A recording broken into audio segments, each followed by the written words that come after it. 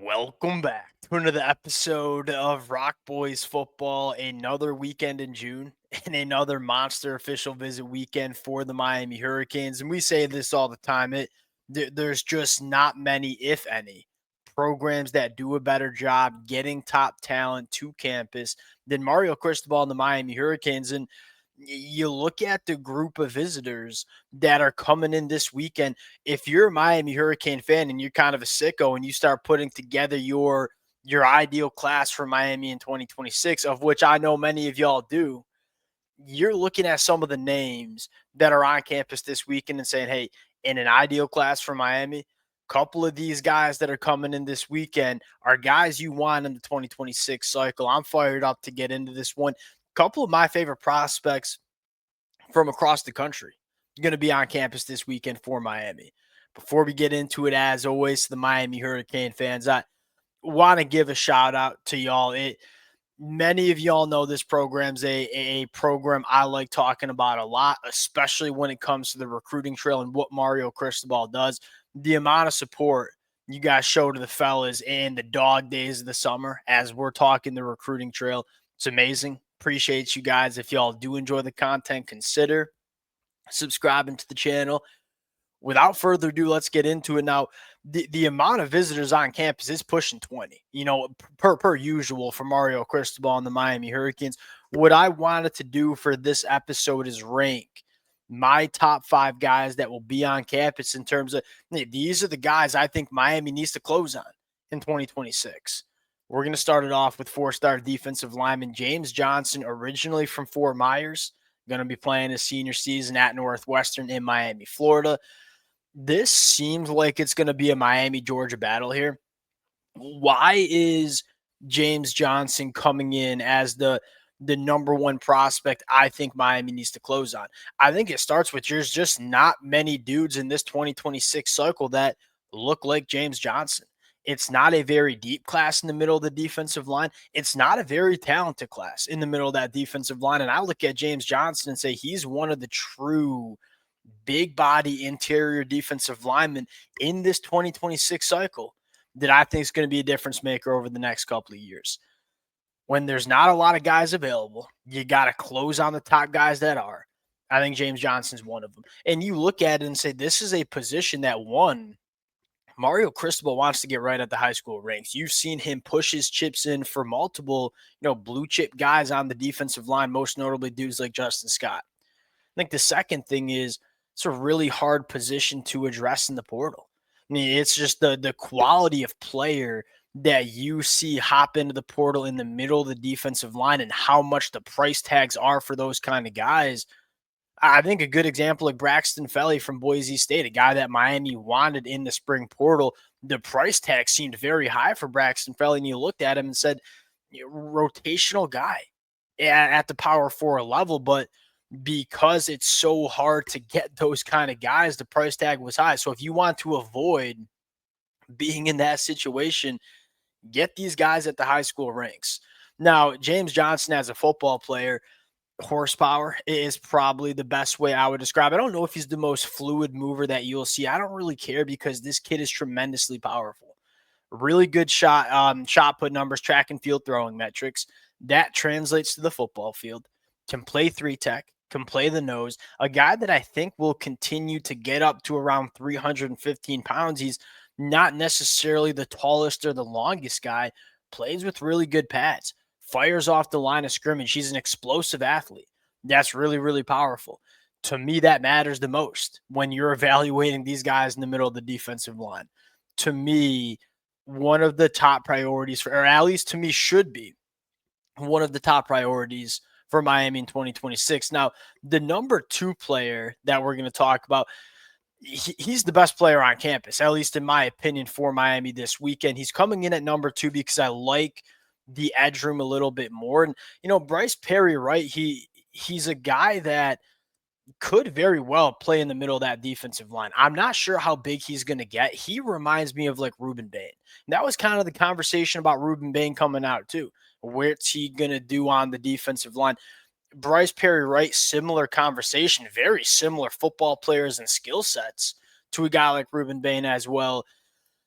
Really, really strong kid. At 6'2", 250, he kind of lacks the size right now to play on the inside of the defensive line, but his power is a problem for opposing offensive linemen.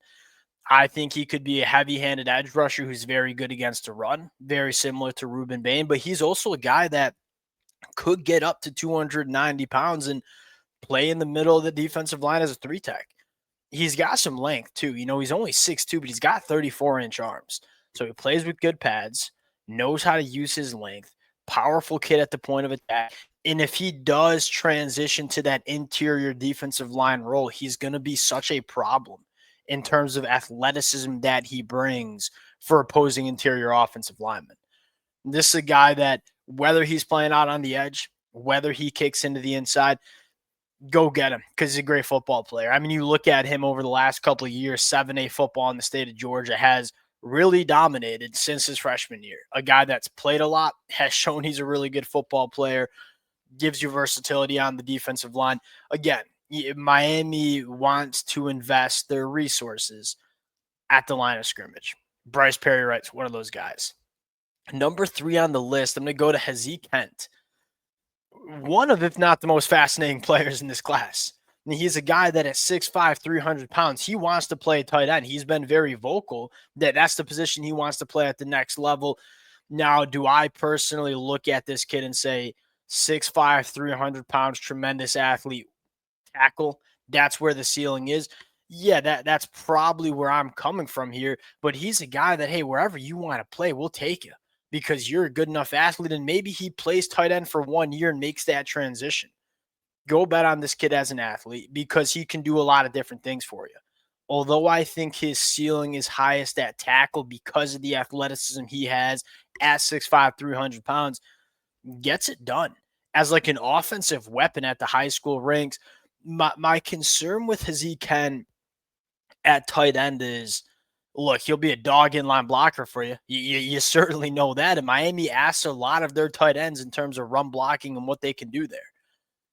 I just don't know if he'll ever be the separator that you need for elite caliber tight ends. He's a guy that he's a really fun athlete to watch, and he can make some plays with the football in the air, but is he ever going to be a guy that can work vertically down the field and run up the seam and create separation and make plays? I'm not sure. He's coming in at number 3 because I love the athlete, love the athletic profile, and love what he could be, especially at tackle. But we'll see what position he decides to play. If he does decide to play tight end, we'll see if Miami really turns it up for him. Number 4 on the list, Devin Jackson, Orlando, Florida, connections to Will Harris. I actually was committed to Florida when Will Harris was in Gainesville. I think this kid is tremendously underrated, to be honest with you, because you look at him and say, man, does he check just every single box you want at the safety position. And Miami fans know this more than most. It's hard to find safeties that can do it all. You turn on the film with Devin Jackson and say he's 6'2", he's 200 pounds. His ability to cover ground is incredible. And what I mean by cover ground is whether he's playing that cover 1 single high safety look where he has his eyes on his quarterback and making plays on the football like a ball hawking cover 1 corner or safety, he can do that. But at the same time, coming from that third level and supporting the run, he does that tremendously well as well. Now, you don't see a ton of man coverage ability on the junior year film. I think he can do it. You just don't see it because he wasn't really asked to. They kind of kept him as a high safety or brought him into the box. He's a really good athlete. At 6'2", 190 pounds, he gets involved in special teams. He's got some short area quicks. The frame and the athleticism tell me that he can hold up in man coverage too. In an era where it's, number 1, your safeties have to do a little bit of everything. I mean, you go back to 2024 for Miami, they didn't have safeties that could do everything. As much as we love Zaquan Patterson, the physicality that he brought when he was in man coverage, he just couldn't keep up. Wasn't a good enough athlete. Devin Jackson, I think, can do everything you want in the back end of a defense. And those kind of guys, especially when you want to win at the highest level and you have to, if you're trying to make the college football playoffs or try to win an ACC championship and you're trying to cover Clemson wide receivers or Ohio State wide receivers, you need your safeties who are big and can run. Devin Jackson can do that. Last one on the list, I think an interesting one, Braden Robinson. I think there are higher wide receivers on the board for the Miami Hurricanes. If I were to guess, this kid kind of reminds me of Ray Joseph. And the thing with Ray Joseph, I don't mean that in necessarily a bad way. I think there are some Miami Hurricane fans out there that think Ray Joseph is not going to work out at Miami. I mean, look, that very well might be the case. We'll see. I think this is a big year for Ray, but he's a little bit smaller. 10-4 in the 100-meter dash, a difference maker with the football in his hands. Now, the difference with Braden Robinson is you want to see the route running develop. He's a guy that you kind of have to scheme him up touches. Whether you're just going to ask him to run in a straight line and stretch the field vertically, whether you're going to give him touches in the end around or screen situations, there's not a full route tree there yet. And that's the thing that I think is keeping Ray off the field, and what Xavier Restrepo did so well. It's one thing to be elite with the football in your hands, but if you want to make it work at wide receiver, you have to be a wide receiver that puts yourself in opportunities to get the football in your hands, and that means running clean routes and creating separation. Xavier Restrepo, there weren't many wide receivers who did that better. Can Braden Robinson get to the point where he's creating separation, he becomes a really good route runner so he can access all the juice that he has with the football in his hands? Very similar conversation to Ray Joseph. We know what this kid can do with the football in his hands. We just have to get Ray to the point where it's not just scheming him up touches. He can go out, separate, and get the football in his hands in a more natural way in the Shannon Dawson offense. Those are my top five.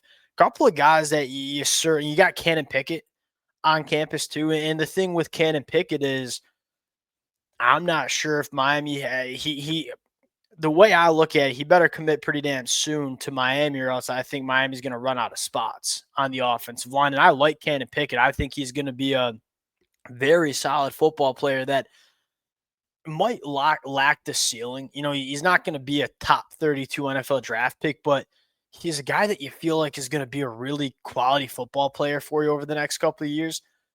Miami's trending for some other offensive linemen, and they already got, I believe, 5 in the boat. And so if you can't pick it, obviously Miami's a contender with the bloodlines. Maybe we see Cannon Pickett pop because you have a lot of heat getting turned up in terms of we got to commit or else you might lose your spot.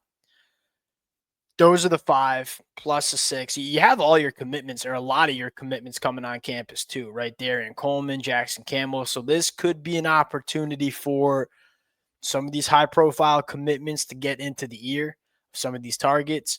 We'll see what comes out of the weekend. Another monster weekend. We'll have plenty more weekends to break down over the next couple of days and weeks. Appreciate you guys rocking with it. If y'all do enjoy the content, consider subscribing to the channel. We'll talk to y'all later.